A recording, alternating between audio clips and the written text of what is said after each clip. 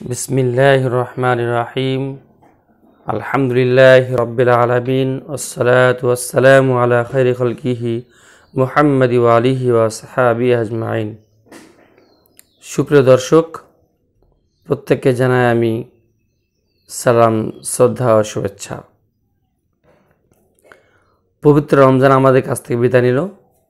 শাওয়াল মাস চলছে, তারপরে হচ্ছে জিলকদা মাস, তারপরে হচ্ছে জিলহজ। তো আমাদের এখন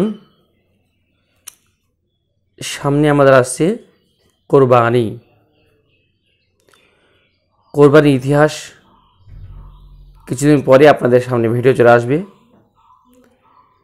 এখন যে বিষয় নিয়ে আলোচনা, সেটা হচ্ছে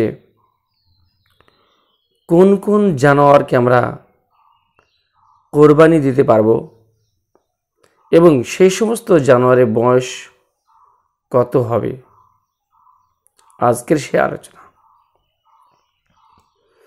তো বন্ধুগণ, আমাদেরকে জানতে হবে যে কোরবানি বিশাল একটি ইবাদত। সে ইবাদতে বলা আছে বহু ফজিলত আছে।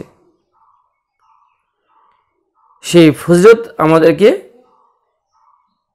আদায় করতে হবে। বলা হয়েছে কোনো মানুষ আল্লাহকে রাজি খুশি করার জন্য কোরবানি দেয়, এবং বলা হয়েছে সে জানোয়ারের রক্তের প্রথম ফোঁটা মাটিতে পড়বে, আল্লাহ তাআলা কবুল করে নেন। তাহলে এত বড় ফজিলত বলা হয়েছে। বলা হয়েছে যে মানুষ যে পশুর কোরবানি করবেন, যে জানোয়ারের কোরবানি করবেন, সে জানোয়ারের শরীরে যত লোম আছে, বলা যায় তার থেকে বেশি আল্লাহ পাক সওয়াব দান করেন, বলে সুবহানাল্লাহ। তো আমাদেরকে চেষ্টা করতে হবে যারা প্রত্যেক মানুষ যেন আমরা কোরবানি দিই। তো প্রিয় বন্ধুগণ, আজকে আলোচনা হচ্ছে যে কোরবানি কোন কোন জানোয়ারের কোরবানি দেওয়া জায়েজ বা বৈধ। এক নম্বর হচ্ছে উট কোরবানি দেওয়া জায়েজ। তারপর হচ্ছে গরু। 3 নম্বর হচ্ছে মহিষ। 4 নম্বর হচ্ছে ছাগল। 5 নম্বর ভেড়া। 6 নম্বর দুম্বা। এই কটি জানোয়ারের কোরবানি দেওয়া জায়েজ। বাকি আপনি অন্য কোনো জানোয়ার কোরবানি দেবেন, সে কোরবানি হবে না। যেমন ধরুন, আমার বাড়িতে হরিণ পোষেন, আমি বাড়িতে নীল গাই পোষেন, তো সে হরিণের কোরবানি দেওয়া জায়েজ নয়, নীল গায়ের কোরবানি দেওয়া জায়েজ নয়। তাহলে বুঝতে পারলেন যে উট, ছাগল, গরু, ভেড়া, দুম্বা, মহিষ, এই 6টা জানোয়ারের কোরবানি দেওয়া জায়েজ আছে। বাকি আরও যেসব জানোয়ার আছে সেগুলি কোরবানি দেওয়া জায়েজ নয়। যেমন এক্সাম্পল বললাম, আপনাদের সামনে উদাহরণ বললাম যে নীল গায়ের কোরবানি দেওয়া জায়েজ নয়, হরিণের কোরবানি দেওয়া জায়েজ নয়। এবার তার মধ্যে বিশেষ একটা দরকার কি, যে কোন জানোয়ারের কত বয়স হতে হবে সে আলোচনা।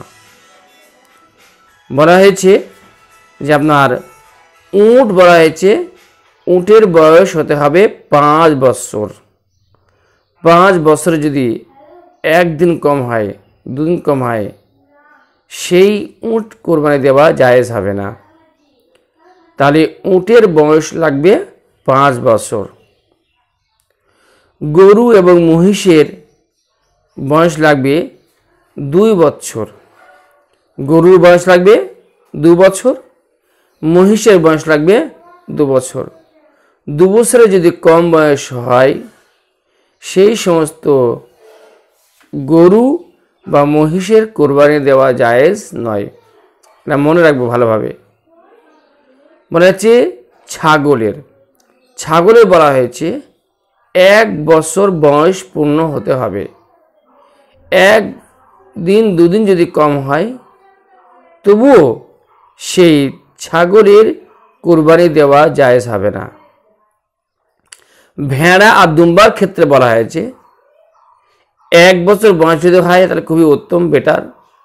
যদি বলা হয়েছে ভেড়া বা দুম্বা যদি 6-7 মাস বয়স হয়, আর যদি সেই ভেড়া কিংবা দুম্বার বয়স যদি 6 মাস 5 মাস 7 মাস হয়, আর যদি 1 বছরের মতো দেখতে মনে হয় যে না সত্যি এই ভেড়া কিংবা দুম্বার বয়স 1 বছর হয়নি কিন্তু মনে হচ্ছে বেশ হুষ্টপুষ্ট, যে 1 বছরের মতো দেখতে লাগছে, তো বলা হয়েছে ভেড়া ও দুম্বার ক্ষেত্রে 1 বছরের বয়স যদি কম হয় তবু সেই ভেড়া বা দুম্বার কোরবানি করা জায়েজ বা বৈধ। তার মধ্যে বুঝতে পারলেন যে আমাদের প্রত্যেকটা জানোয়ারের ক্ষেত্রে একটা বয়স নির্দিষ্ট করা আছে, সেই বয়স অনুযায়ী আমাদেরকে কোরবানি করতে হবে।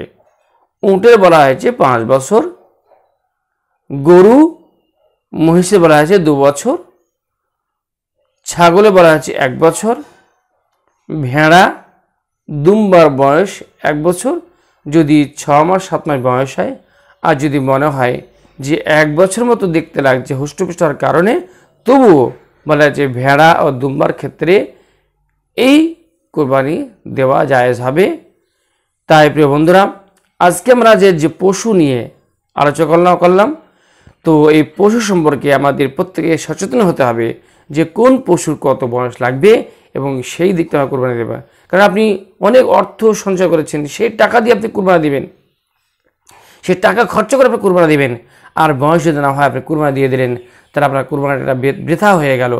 তাই আমাদেরকে প্রত্যেক মানুষকে আমাদের সচেতন হতে হবে যে কোন কোন জানোয়ারের কোরবানি দেওয়া জায়েজ আর কোন কোন জানোয়ারের কোরবানি দেওয়া জায়েজ নয়, এবং কোন কোরবানির কত বয়স হতে হবে আজকে আমরা ডিটেলস আলোচনা করলাম।